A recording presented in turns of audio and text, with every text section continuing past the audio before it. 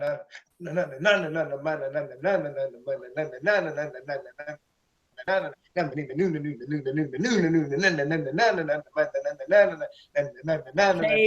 now it's the Rob from 106.1 Kiss FM here with my tag team partner in podcasting, the rambling one, Mr. Jerry Valeri. What's going on?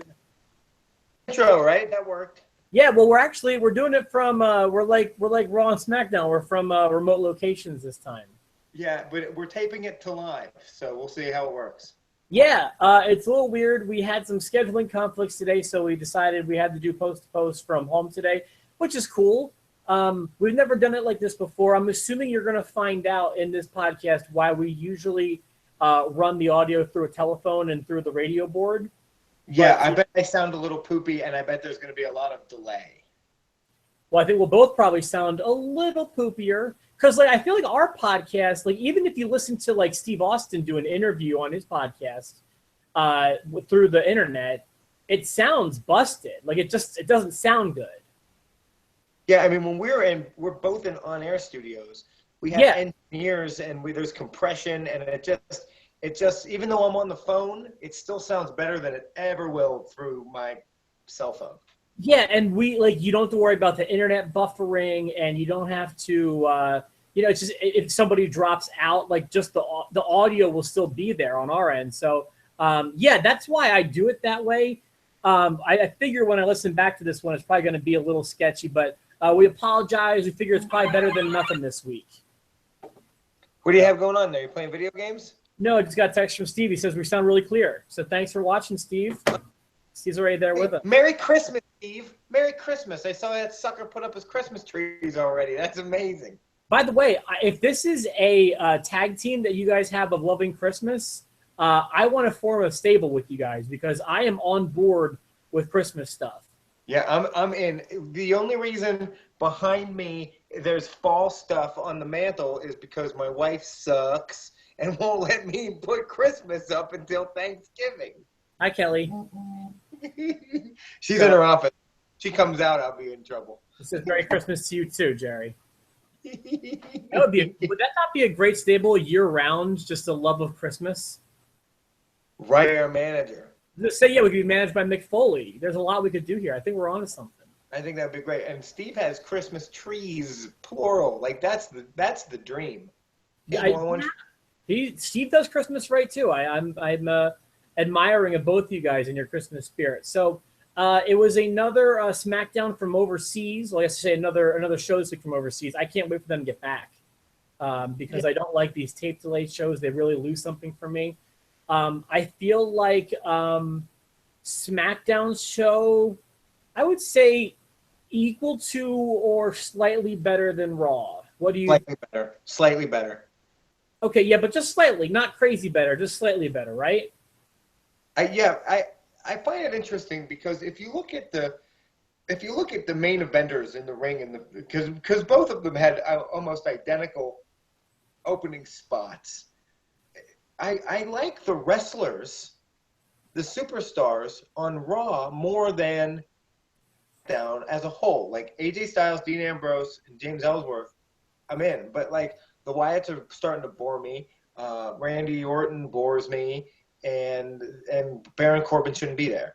But on Raw, they're better. However, I enjoyed it more with SmackDown. Yeah. That's what I'm trying to say. The point is, as much as I like Jericho and as much as I like having Kevin Owens and Seth Rollins, and it's just awesome.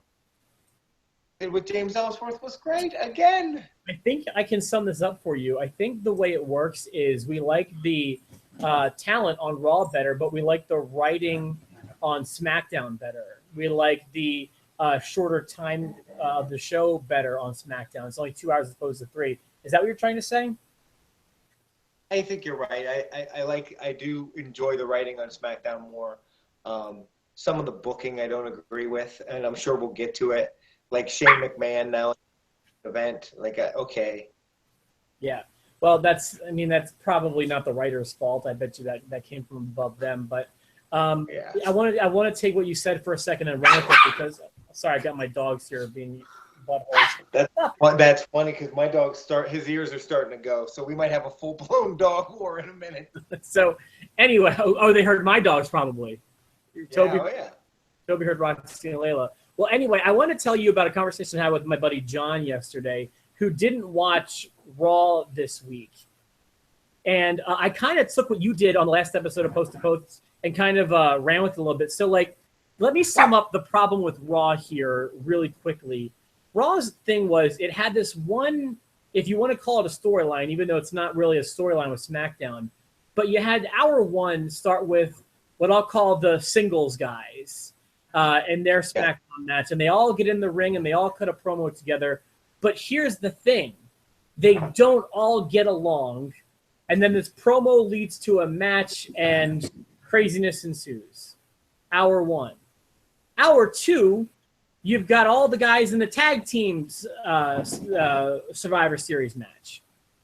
Okay? Same angle as before. Now we're grabbing up a promo fest. But here's the thing. All of these guys don't get along. So then we've got a promo fest that leads to a match, and that's hour two. Then hour three rolls along. Just when you think you're noticing the pattern, we bring out all the girls. And the girls are all on one SmackDown tag team, or Survivor Series tag team. But here's the problem, Jer, and you're not going to see this one coming.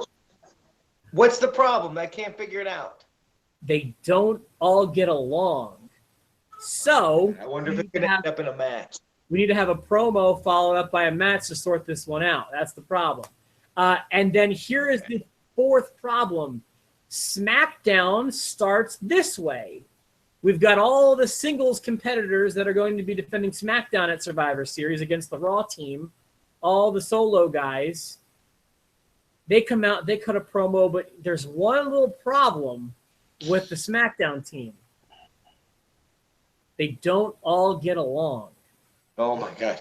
Bombshell. I mean, the season premiere of Walking Dead has nothing on this. Exactly right. So that was, I think, the problem with Raw. And then SmackDown started that way. So I was really, really nervous SmackDown was going to be a carbon copy of Raw. However, outside of that first segment, the show did kind of differentiate itself from the Red Brand. It was okay. It was an okay show, you know.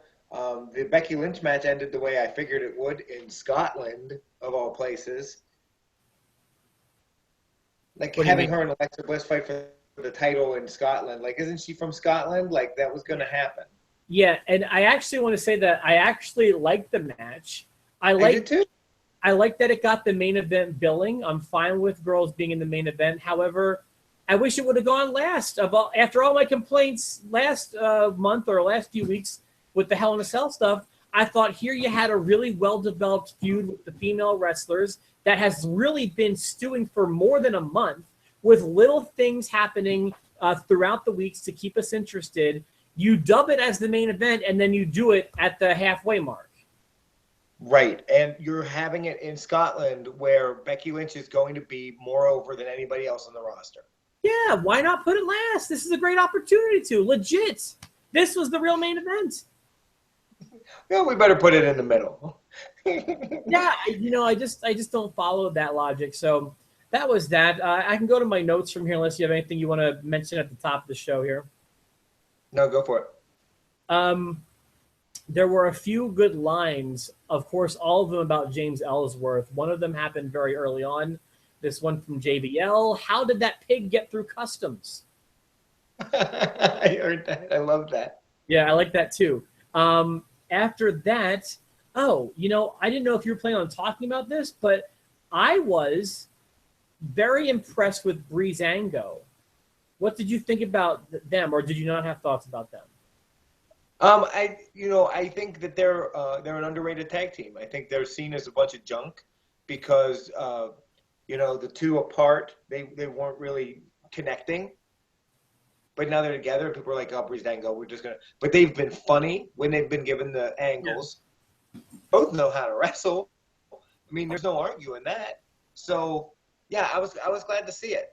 Yeah, well, one thing I love, though, and makes me feel optimistic for their future, although I know I shouldn't say that when it comes to these two, they handed out these gross tickets, which I thought was awesome.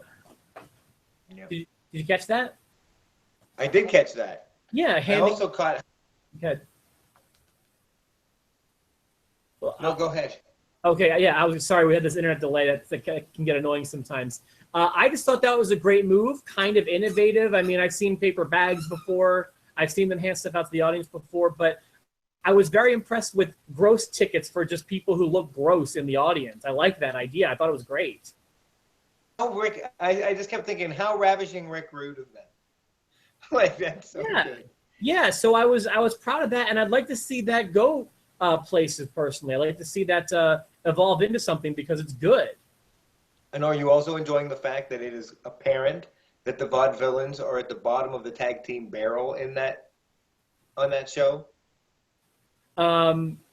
Yes, the Vaudevillains didn't even get an entrance. Right. They didn't get an entrance. They're as good as gone. I mean, or not gone, but they're just bottom of the barrel. And this is the same show that has the Headbangers. So, like, and this is the same show that has Ascension. And you're still considered the turds. Yeah, exactly. But Simon Gotch got in trouble here recently with a fight with Sin Cara, not the Chris Jericho fight, mind you. But I feel like they got punished for that.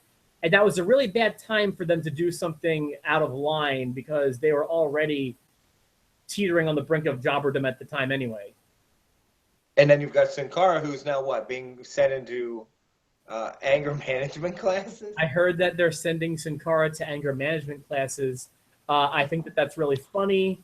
And, someone who's been in so many fights in the locker room, this is the third one in like 2 years and a second one in like 2 months, that, maybe he needs a little sensitivity training. Yeah, you can't have that. It's the business of fighting on camera. You've got to be a team. You can't fight off camera. It's not worth it. You're going to hurt somebody. All right, so that was that. Where else do I have to go here? All right, so, oh, man, I think this was my line of the night. My line of the night came next. You ready for this? Number one. I'm ready. You know who said it? No, what is it? James Ellsworth? I hope it's him. Yeah, James did say it. It's a couple sentences, but it was so funny. He's trying to psych up Dean Ambrose. So he's in the back and they're talking and he goes, quote, this is definitely a direct quote. "We could do this together. James and Dean. James Dean. 2 rebels without a cause. 2 men with 2 hands. We stand a fighting chance. I mean, together, Dean, we have 4 hands." I thought that was great. That's what I love about James Ellsworth. I love James Ellsworth. James Ellsworth is going to be in town tomorrow. Are you going to see him? He's going to be in Altoona. I don't know yet. I haven't gotten tickets, but I could easily get tickets and just go. Yeah, I mean, plus you got a whole bunch of other weirdos going to be there too. Right, the Hardys and whatnot. It's like $20 to go and sit wherever, but it's $70 if you want to be front row. There's still front row available. I feel like I'd want to sit front row. Don't spend $70 though. That's a lot for crap. But you get a bunch of. You get like a Hardy Boys shirt that I'd never wear. Oh, would you get a shirt? Yeah, you get a shirt. You get a DVD package. Like the front row comes with like a bunch of Hardy Boy stuff. Oh, that may not be so bad then. Now I almost think it's a good idea. Right, get that, and then you'll know what you're getting for Christmas. Because I don't want any of that garbage. Let's see. Oh, I kind of alluded to this earlier. We were talking about the girls. The only other thing I wanted to add is I do think Alexa Bliss is officially my favorite SmackDown female wrestler right now. I think she's doing a great job. I really do. I agree with that wholeheartedly. I love her look. She makes me feel weird things, and she's very good in the ring, and she's getting better on the mic. I said she's great. Yeah, I feel like she does have some sort of character going on with like this. She kind of has like, I'll just call her a fairy tale villain kind of thing. Yeah. It started out like a Harley Quinn thing, but it's evolving. I don't think it started out that way. I think it just was one time, but she's like a Hollywood villain. She kind of plays into that gimmick. But she can go from being Harley Quinn one week to being Maleficent the next week, or to being the Sleeping Beauty, or the Snow White villain, or whatever Disney villain you want her to be. she can be. It was went to the West the one night. She said you and your little championship too or whatever. That was Wicked Witch stuff. Yeah, like she's got a whole range there that is always working for me. And I mean, she's super cute and knows how to work. And right now, I'm very high on her. I really appreciate her. Yeah, she makes me feel weird things. Oh, there was some pretty big news about the cruiserweight title. In that there's a cruiserweight match featuring the Brian Kendrick defending against a SmackDown wrestler. And if SmackDown wins, the entire cruiserweight division with the title moves over to SmackDown. Boy, so that's how they're going to do it. They want to get those guys off of Raw, huh?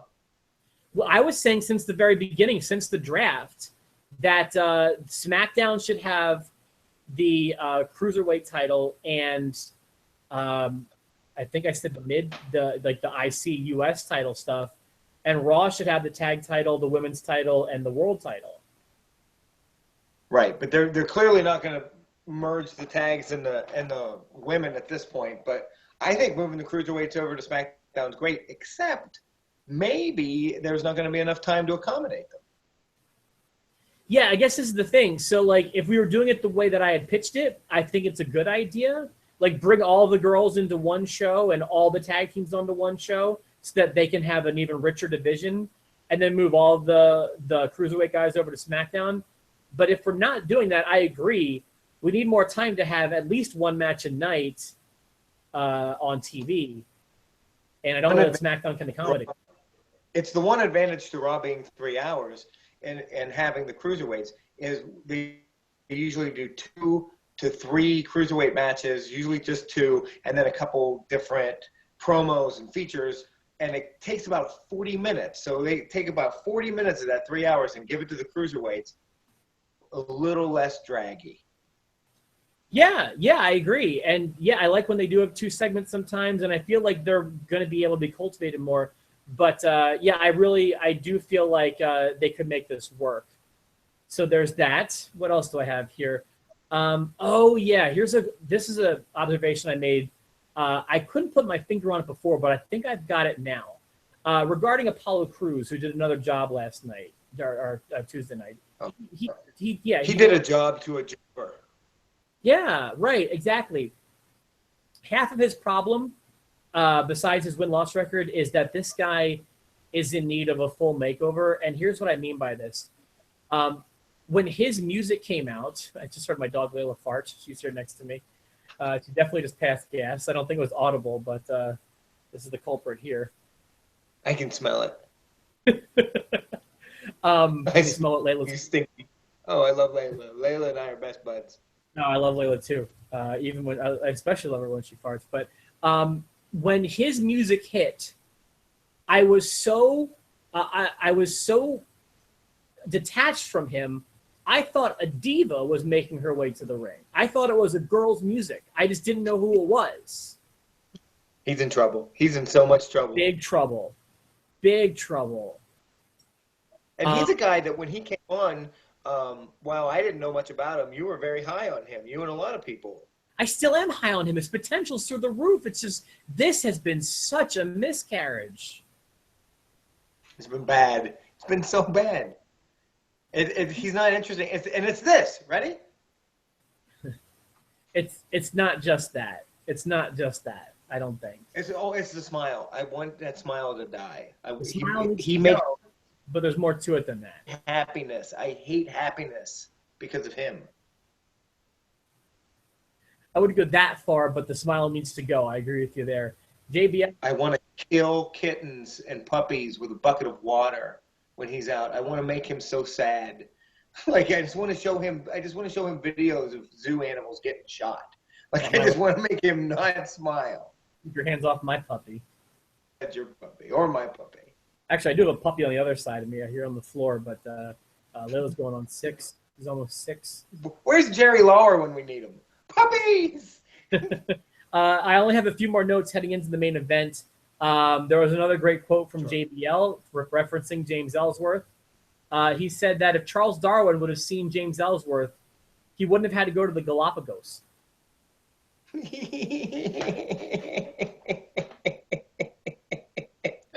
I missed that one. I don't know how I missed it. Yeah, no, it's just I appreciate everything with James Ellsworth. And then the last night, of course, the last note that I have has to do with that same match.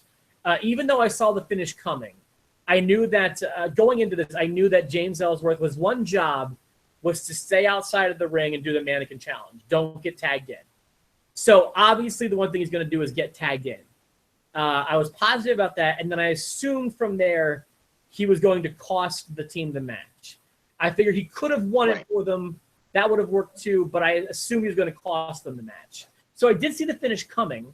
However, I like how they're really using James Ellsworth in unique ways in the main event finishes. I think that he's a prop, but he's a great prop. He's incredible, and he gets it. And I think that's why I like him so much, and I appreciate him, and I hope he's being appreciated in the back because he's a guy that just, yeah, go ahead, make fun of me, make fun of my looks. I'll wear this dumb shirt. It makes me look like a joke. I'll come out. I'm happy to be here and be a part of it, and I'll do whatever it takes. That's special, and I don't think you get that from a lot of guys. It's definitely his mentality. There's no doubt about that. Yeah, I mean, like some of these guys take themselves too seriously, and then there's some who kind of get it. But those, I mean, like, so I mean, both people are right. Like, I mean, if Randy Orton would have had that mentality, 14 years ago, he wouldn't be where he is today. But if someone like James Ellsworth had Randy Orton's mentality, he'd be gone in a week as well after being the squash guy to Braun Strowman. So you have to know when to play that card and when to hold it. Yeah, I think Ellsworth is doing a good job. And I think he gets it. I mean, he's about to be in the main event of SmackDown. Or, I'm sorry, the main event of Survivor Series. He's the mascot. As a mascot. But he's going to be involved, and he's going to be involved in the finish. And if he doesn't get Dean Ambrose eliminated, I miss my guess. Like, that's where they're going. It's just eventually Dean's going to have had enough. He just keeps screwing Dean up. He gets to be the main event of Survivor Series. James Ellsworth is never going to get to do that again. So I think he's just enjoying the ride. James Ellsworth needs to come out of an egg at Survivor Series as a mascot. Right? Gobbly Ellsworth. Yeah, exactly. Like that's what needs to happen, I feel like. So that's what I took from SmackDown show. I can't wait for them. They're coming back for on Monday. They'll be back in the States, right? No, but I hope. I'm pretty sure they're going to be back. I think Raw's going to be live on Monday and SmackDown will be live on Tuesday. Right, but it's still all the Survivor Series hype. So, I mean, they're going to be doing the same stuff. It's just like right before the draft. It seems like everything's stalling. Yeah, that's a very good comparison. While I do not like the build for Survivor Series, I feel everything is very phoned in. I do want to remind people I am excited for Survivor Series. I couldn't be more jacked up that they're putting this much effort into Survivor Series type matches, which is why I feel bad complaining about how they're doing it, because they haven't done it in forever, and so I feel like I'm impossible to please. They're finally giving me what I want, but I'm not happy with how they're giving it to me. But because when it goes down, I'm going to be pumped. Yeah, but don't feel bad about that because it's possible to do these things with good angles and good writing. But I get what you're saying. Like this is what we've wanted for years and years and years. They finally give it to us, and here we are crapping all over it. And I guess now there's going to be no coffin match. Remember, they must have scrapped that. Remember, they were leading us down the garden path for a casket match. Well, you're right. Yeah, I feel like they kind of should wrench that in. Is Orton confirmed? I don't know anyone who's in I forget all the lineups. Is Orton in the SmackDown tag match? I think it's Orton and Bray and now Shane McMahon and AJ Styles and Dean Ambrose and James Ellsworth. And they kicked Baron Corbin out of it, who's now going to be in a mid-card feud with Kalisto. By the way, I did go back and watch the Alicia Fox thing you were telling me about. That was pretty funny. Last week. Did you see it? She really did that, right? She botched the line and then was like, oh. Yeah, she botched the line and there was a pouty stomp that was barely noticeable. But I'm glad you pointed out because once you told me to look for it, I did notice it. You know what to find. And now I hope to find it more often. So, all right. Anything else you want to throw in before we wrap things up? No, do we need bumper music to get out, or are we just going to go out cold? To quote Bill O'Reilly, here is Jerry Valeri to play us out.